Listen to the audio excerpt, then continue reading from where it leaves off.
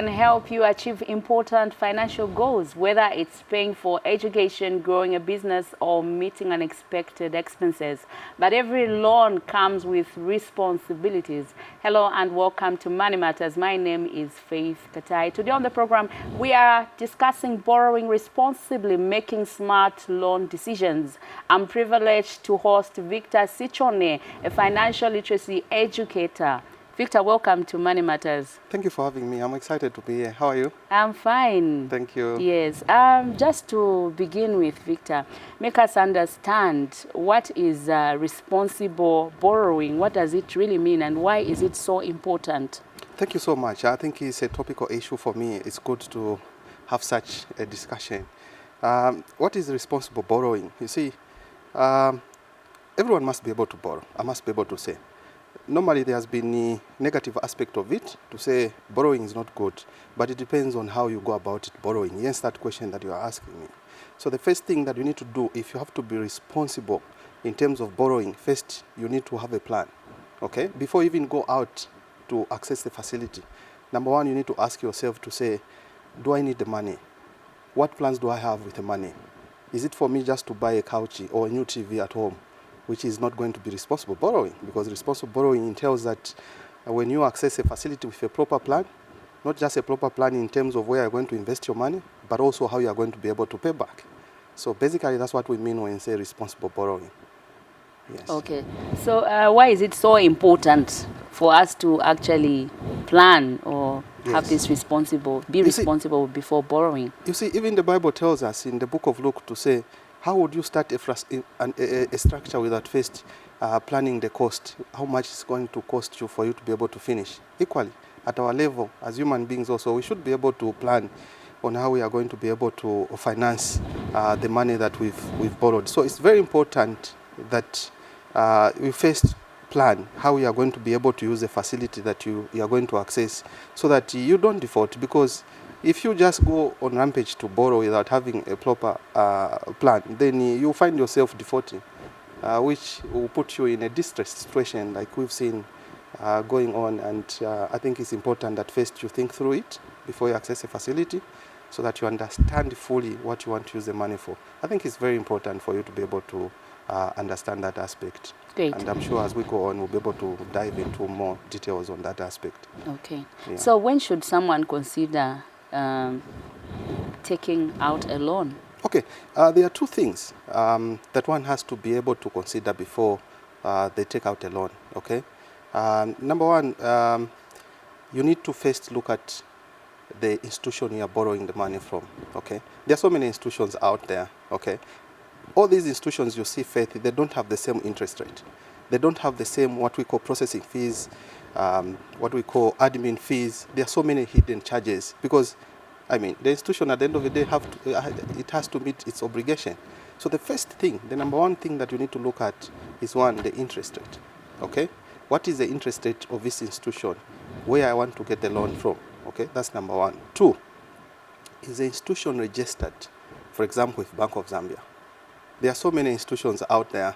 Okay, and it's very important for our viewers to be able to understand that it's not every institution that you see which has the same interest rate. Some of the institutions are there to be able to maximize their profit and be able to, make it in business. But you find that there are other also institutions that are giving low interest rate. So therefore, before you even think of getting a loan, think of an institution or find out an institution that has lower interest rate. That's number one. Two, is it registered with the Bank of Zambia? Are they regulated? It's very important for you to be able to look at that aspect as you go about wanting to borrow or access a facility.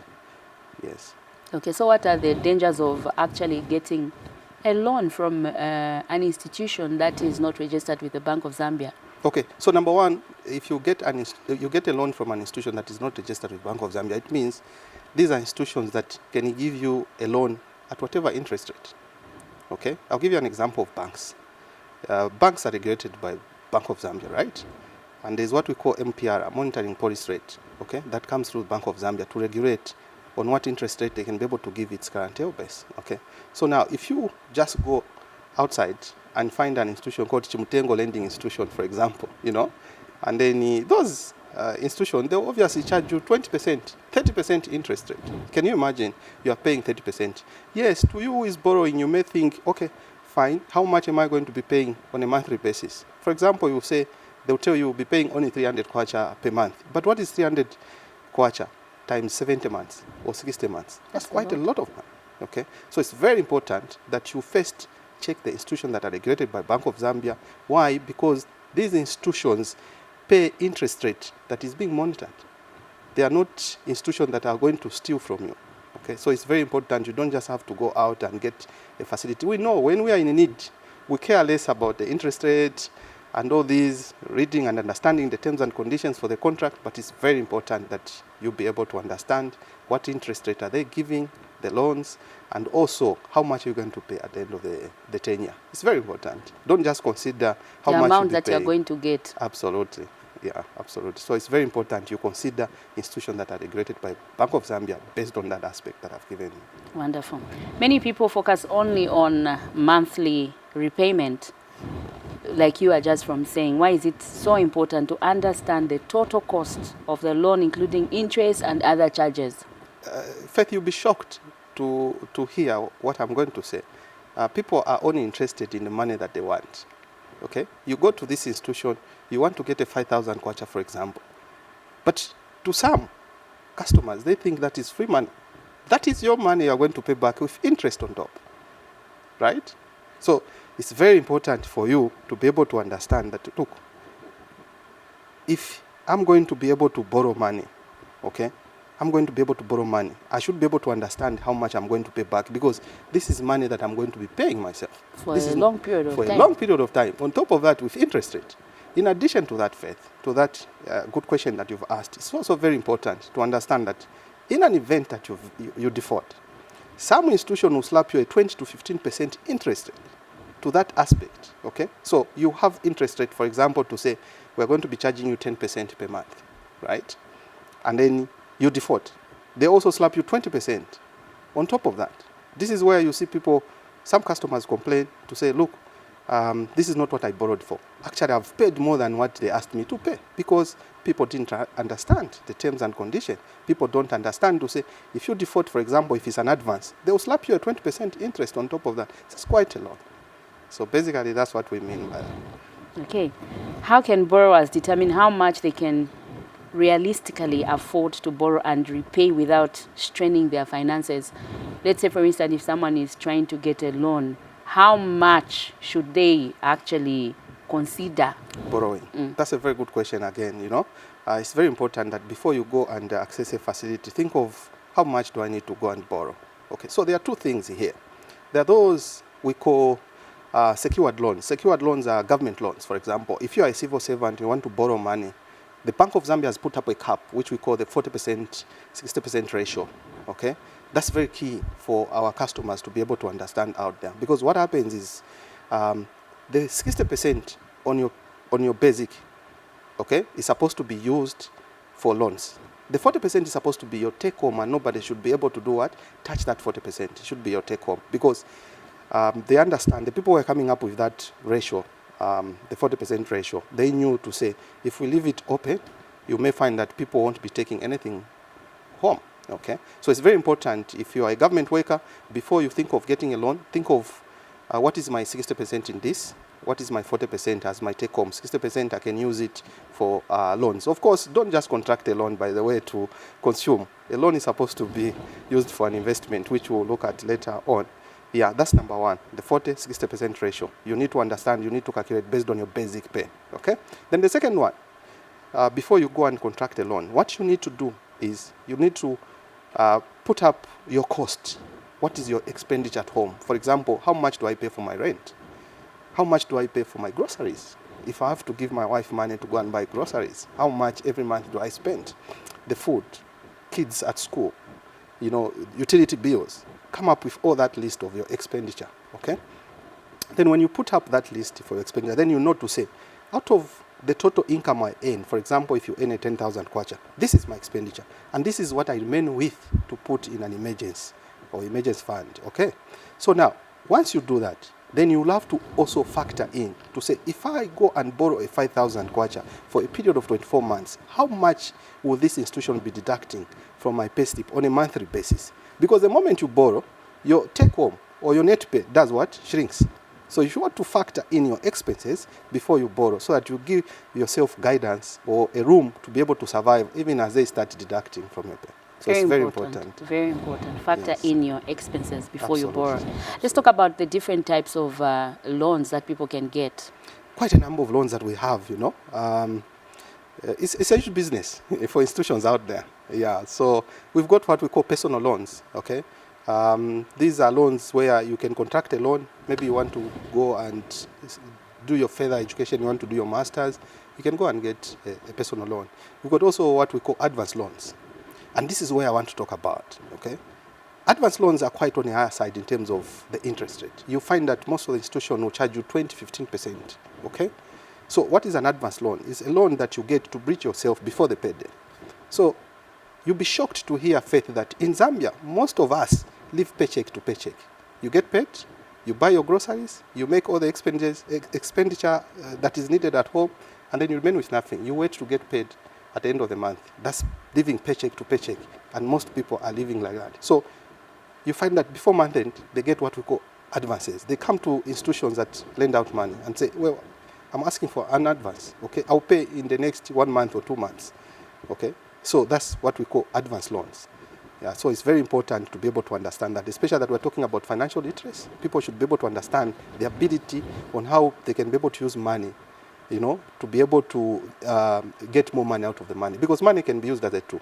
And the same tool in the hands of a wrong person cannot be able to give them the benefits that they need. So that's basically about advance loans. Then there's what we call asset finance, or others would call auto loan, or vehicle loan. In simple terms, we need to simplify it so that the layman can be able to understand as well. Where if you have a motor vehicle, you can be able to use a motor vehicle against a facility, okay, the loan. For example, if you have got a Honda Fit, as an example, and then you want to borrow a 10,000 kwacha, they will evaluate, they will do their own due diligence as an institution to be able to see if they can be able to give you a 10,000 kwacha for you to get a loan against your vehicle. But I need to emphasize something, Faith, on the loans, because they're quite a number. The SME loan, business loans, and many other loans, secured, non-secured loans. But the most important thing that I want our listeners to be able to understand is that when you go there to contract a loan, remember one thing: be able to ensure that you understand and read the agreement form. Others will call it a contract. In that contract is a binding document that can be used against you or not, based on what you understand. If you do not understand the agreement form, seek for advice, for people who understand, so they can be able to explain to you. A loan officer will tell you, just sign here, everything is okay. But ask for more time to be able to understand, read through, and ask where you're not clear. There are hidden things there. Like I said, these institutions want also to meet up their obligations. So you need to understand on that aspect. So quite a number of loans, like SME loans. If you're a business personnel, you want to inject money into your business, you go and borrow to say, look, I'm running accessory shop. I sell phones, laptops, and all that. So I need to inject more money into my business. So you can go and get a loan against you, the business that you're doing, and they'll ask you a lot of things, documentation, spark registration, and all that. Then you access a facility. So these are some of the loans, among many other loans that we have. Wonderful. We now go on a short break. Don't go away. When we come back, we will be looking at some of the common pitfalls people should avoid when applying for a loan. Stay tuned. In Biggie's house, there is no place to hide. And even when you think no one is watching, the energy can swing in an instant. This EP19 Season 11. Everything burns brighter. Only the biggest moves tip the scale, because nothing is given, but everything is for the taking when the world watches. Will you be outshined, or will you step up and take the spotlight? Big Brother Naija Season 11. Showing 24/7 on DSTV channel 198 and GoTV channel 49. Headline sponsor, Bet Power. God, yeah. Welcome back and thank you for staying with us. You're watching Money Matters. Today we are looking at borrowing responsibly, making smart loan decisions. My guest in the studio is Mr. Victor Sichone, financial literacy educator. So, Mr. Sichone, let's look at the common pitfalls people should actually avoid when applying for a loan. Okay, there are quite a number of pitfalls that people need to look out for when applying for a loan. Number one, you have to look at the tenure. Two, you have to look at, like I earlier mentioned when we began the conversation, you have to look at also how much are you going to be able to pay back at the end of the tenure. Okay, for example, most institutions are able to offer 60 to about 70. We're talking about more than 3 years. You're just paying a facility, you know. So you ought to understand that, number one. Two, you need to avoid default, okay? You need to avoid default. Like we earlier mentioned, before you get a facility, think of how you are going to pay back, okay? If you earn a 5,000 kwacha, and then an institution starts to deduct a 1,000 or 500 kwacha, ask yourself, am I going to survive after they start deducting? Because if you don't ask yourself certain questions like that, Faith, you find yourself in a default situation, a distress situation, okay? We call it, in financial terms, we call it a junk status. You know, a junk status is where you find yourself, you cannot be able to pay a loan. You cannot be able to pay your obligation, okay? Now, when that happens, your credit rating goes down. We all know if you are borrowing and able to pay, your credit rating does what? Goes up. But if you start defaulting, your credit rating goes low. It's your CV, basically. That's what I'm talking about. There's what we call CRB, Credit Rating Bureau. These are people who will be able to check your history, okay, to see how how prudent you are with your finances. So you need to avoid such pitfalls because you find most of the time people default, not because they do not understand, but because most of them have not read to understand the contract and the agreement form, to understand the interest rate, the hidden charges, or when you default, what happens. They don't understand those things. So you ought to understand those so that you avoid yourself finding yourself in a situation like the one I've explained where you find that your CV is dirty. We're talking about the CRB. Yeah, so look out for such. Interest rate. What interest rate? Don't just focus on how much you are going to pay in terms of monthly basis, what you'll be paying, but what is the interest rate? If Faithy, there's Victor who is offering you interest rate of 7%, and there's another institution that is able to offer 4%, why would you go to 7%? So you need to research, check, so that you don't find yourself in a situation that you fail to pay. Awesome. So these are some of the factors that you need to consider so that you don't find yourself in that pitfall.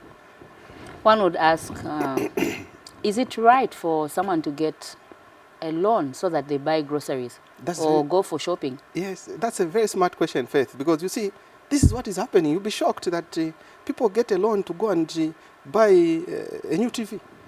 You get to go and buy groceries like you've put it. But here's what I normally advise people who come to seek guidance from me and advice. I normally tell them two things the moment that you need to think of getting a loan.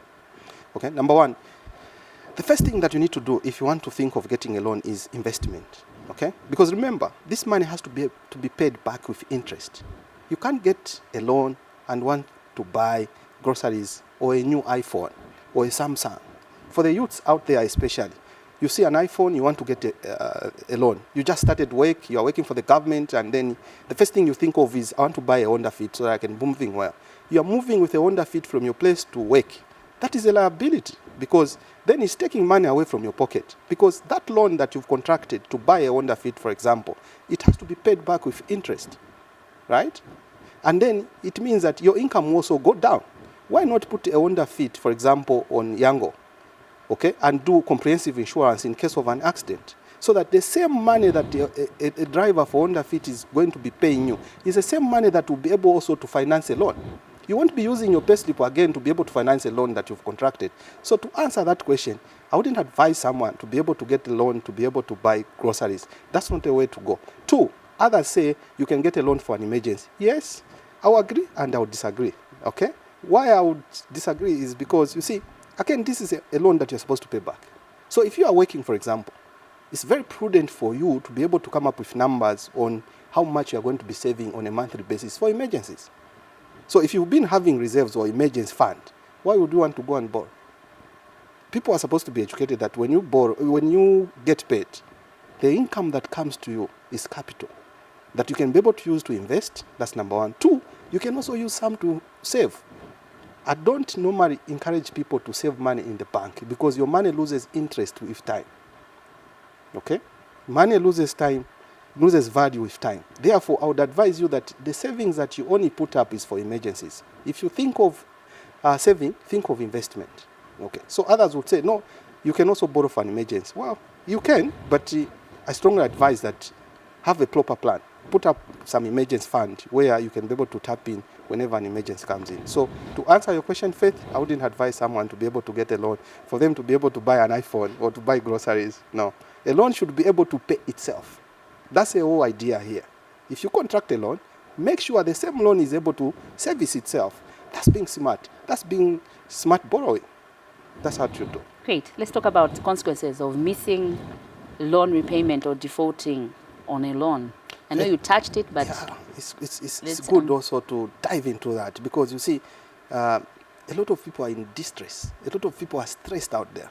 Faith, I've been doing this for a year or so now, and I can tell you the queries, the requests, that I receive from people out there in terms of the situations that they found themselves in. It's quite sad. It's quite sad. It breaks my heart because. People have defaulted, people have over-borrowed. A situation where you borrow, you want to pay this institution, but you end up going to borrow to a more higher institution that is paying higher interest rate. And you find yourself in a cage where you can't come out. It's quite sad. So we feel for the people who are stressed, but they shouldn't think of other ways like we've been listening about people thinking of taking their own life. Take it easy. This has happened. Sit down, think through it, see how can I get out of this. That's what is important. Don't end up doing other things. No. Think of how can I get out of this. How do you get out of this, for example? Because for the sake of our viewers, Faith, allow me to say that. Number one, think of listing all the number of institutions that you have on your payslip. Then once you list all the institutions that are appearing on the payslip, now dissect it in terms of checking interest rate for each of these institutions. Remember I mentioned to say each of those institutions, they've got different interest rates. And therefore, it's very important for you to list all of them, find out which one has lower interest rate, then think of consolidating. After you consolidate, then you can restructure. You restructure, it gives you a breather for you to be able now to breathe. Because imagine you default, and this institution sends you a demand letter. Our people out there, when they see a demand letter, they won't sleep. Their PP shoots up, some of them. Others think of bad ways of how they can be able to avoid that, but they shouldn't go too far. They should just engage the institution.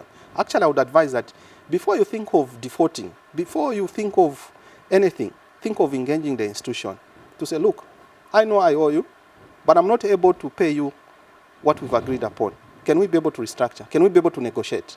You can be able to negotiate. These people listen.